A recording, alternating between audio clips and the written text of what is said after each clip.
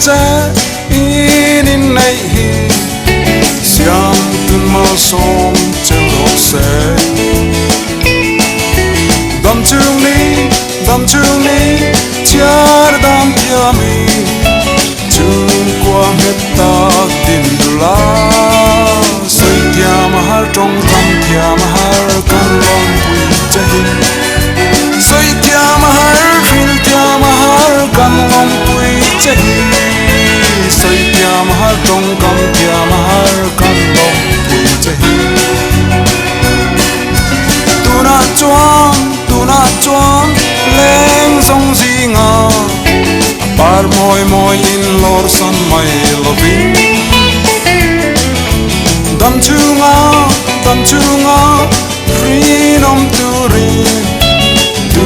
zong in zir ton zelin soi tia mahar zir tia mahar nu pa nun kong hi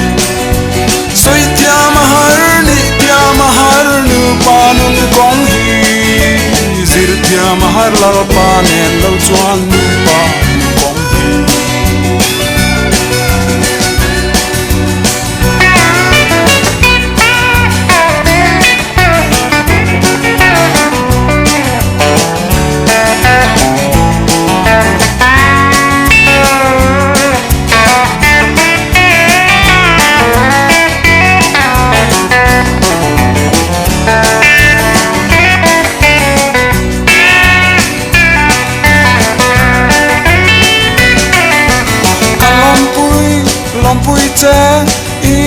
in lei hi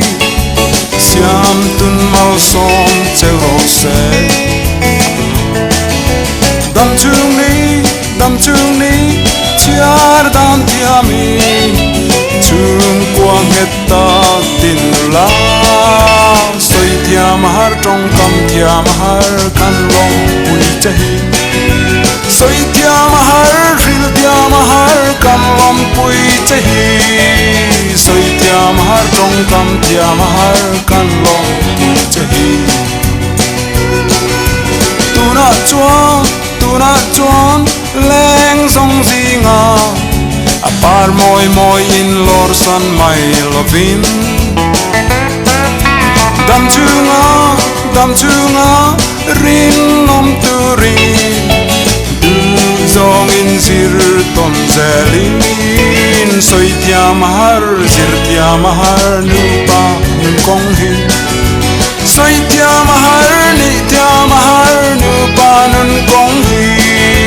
zir tia mahar lal pa nen lo chuan nu pa nun kong hi